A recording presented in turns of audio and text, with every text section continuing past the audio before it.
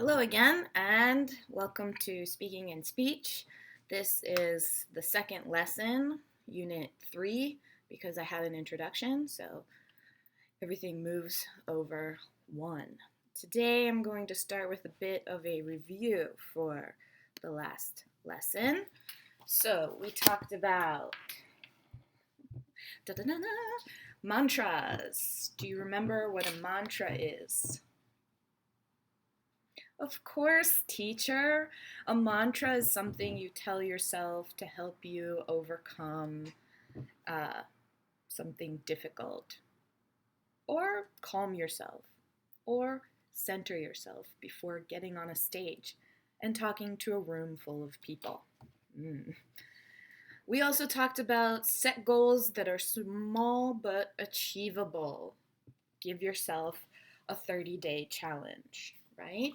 So I hope you gave some thought to your own strengths, your own weaknesses, and made a decision about what you wanted to change. It's not about what I think you should change, it's only about what you want to change. If there's no desire, if there's no will, there is no way. You know the saying, I'm sure in your own language, there's a similar saying where there's a will, there's a way. Like I talked about in the last class, going to France or traveling somewhere, if you don't have a lot of money, when there's a will, there's definitely a way. Like I said, you could stay at a hostel, you could walk up the streets, that's free. But if you're only interested in fancy hotels, then you're probably not going to go and not going to put in the effort to do it. The 30-day challenge idea is very popular these days. It's basically saying if you do something small, like my personal goal is 10,000 steps. I know it's like one of those fashion things. It's very fashionable, like pop psychology. Like all you have to do is 10,000 steps and you can stay fit and healthy. I said to myself, the minimum you can do is 10,000 steps. You sit all day, stop it. So for 30 days, I'm making sure I hit my minimum goal of 10,000 steps. Hopefully, I do more than 10,000 steps, but the minimum was 10,000 steps. My challenge to you was to read 10 titles for 30 days. Hopefully, you'll leave a comment. Let me know. Was it a good challenge? Could you think of a better challenge? Give me your advice. That's fine. What works for you? Okay. Today we're going to keep talking about focusing on strengths, guarding against negative talk. Last time we talked about being down or depressed about your abilities because of your weaknesses. This isn't a small thing. This changes people's lives. And a lot of people, especially in Korea, are dealing with depression because they don't live up to maybe other people's expectations of them, their family's expectations. I know families in Korea are a lot. Everybody's family is hard to deal with, but in Korea, there's a different kind of social pressure that I hear a lot about. In your country, you may also have similar social pressures from your family, and that's just one more challenge. It's not special, it's not it's not unachievable. You can overcome difficulties. We all do it. Sometimes we don't even notice our own problems because we're overcoming them.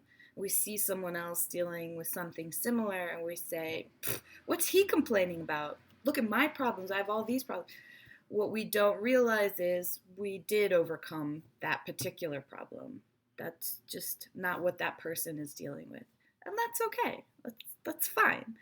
When it comes to strengths and weaknesses, one of the things that we mentioned before was make a list of strengths and weaknesses and try to set small goals to changing your weaknesses over a period of time. So that's a good way to move forward.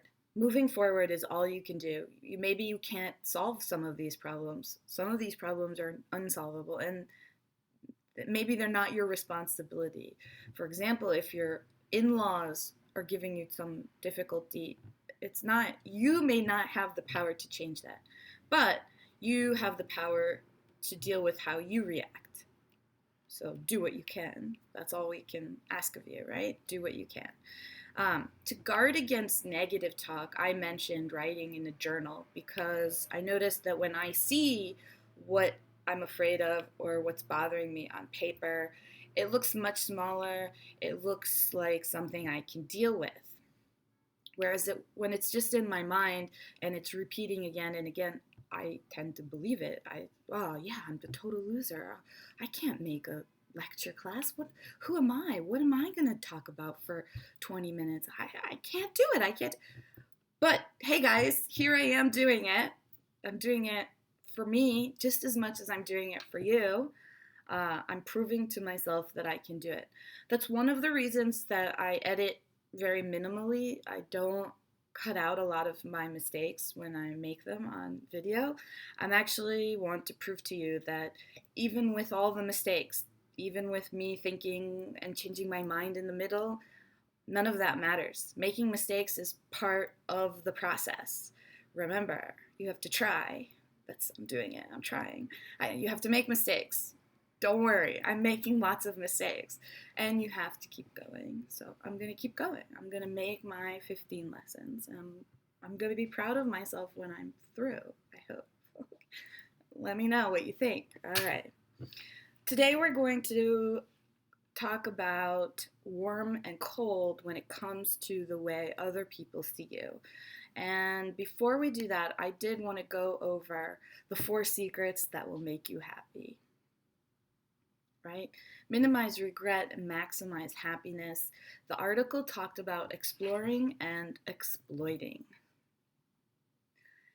When you're exploring, I think actually a lot of people don't really realize when they're exploring, but you do it all the time.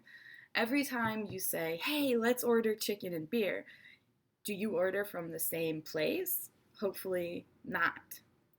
Hopefully you try a few different places and then decide which one you like the best. So that's exploring, and then the exploiting is choosing the one you liked the best. Okay. So that's something that is fun to do, and we can do it. Okay? The next one was cleanliness versus messiness. I actually thought that was interesting. They said taking the time to keep everything in order just takes a lot of time. You don't need everything all the time, right?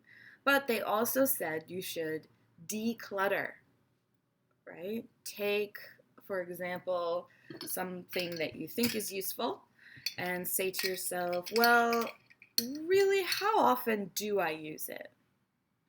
So instead of having a lot of stuff that you may or may not use ever, right? Be more aware of what you have and what you need. That's good advice, I think, for a happy life. Okay? Don't overthink things. That was the third point. Don't overthink things. Give yourself a certain amount of time. One of the things that I realized was over the years was how information changes everything. I mean, it just does, right? So if you're going to make a decision, let's give an example. If you're going to make a decision, do I want to go to the beach or do I want to go to a cafe? It's too simple. I'm in Busan. The beach is very close. There's a cafe on the beach. I could do both, or I could do neither. But let's say my decision was go to the beach or go to a cafe. If the information I have is it's going to rain in the afternoon, then I might say, oh, I should just go to a cafe because if it starts raining while I'm on the beach, I'll have to run, get all my stuff. It'll not worth it. But if the information I have is it's going to be sunny all day, then I can say, oh, I want to go to the beach. Another thing is if the information I have is I have a deadline. if I know I have to finish something by tomorrow, then I'll go to a cafe and I'll do the work, or I won't go anywhere and I'll stay home and do the work. I mean, it's all about the information you have. What I realized over the years was you don't really have all the information you need, ever. Uh, you just don't. It's just not part. It's not really an. It's not really possible to have enough information. And when I say enough, when is it ever enough, right? So, for example, by choosing something, you're choosing not to do something else, and the consequence of A and or B are unknowable. So, if you choose an apartment, if we chose this apartment, we didn't choose another apartment. There were benefits to other apartments. This apartment has benefits, this apartment has drawbacks. It's not a win, a complete win, ever. Ever. Even if I find the perfect apartment. Just, there's always information missing or that I didn't know at the time of the decision, right? So, having a lot of time isn't always, well, it's usually not, you never have enough time. And usually, when you make a decision, it may seem like the wrong decision, but later turn out to be great, or seem like the right decision and later turn out to be a bad choice. We can talk more about decisions later, but I thought that was an interesting thing in the article. And one more is give yourself a set amount of time to do the research. When they talked about buying your dream house, they said if you have a month, give yourself 37%, 11 days to look around and choose the best, and then don't buy it and don't sign anything. And then after the 11th day, the next best is the one you go for. It's like, basically, it's using mathematics to make a decision. If you have a set A, B, C, and you say A is the best, and then you go and you look at 10 more things, and then you say, which one is better than A? If A was the best, then which one is better than A? And that's the one that's going to be a good fit for you. Excellent advice. I'm good with that advice. I'm ready to be happy. Are you ready to be happy? Well, maybe you're ready to be happy, but are you ready to be happy in English? One of the things that I do want to mention about the homework is in the speaking section. The speaking section is meant to be done so that you get questions or sentences that are useful for you when you're talking to another person on an app like HelloTalk, or a different kind of app where you're talking person to person.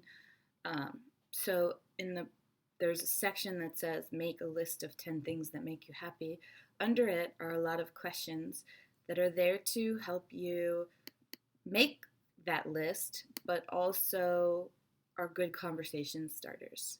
So you can use those questions in different ways, not just one way. That's the beauty of information, is how it changes, the tool changes to fit the situation.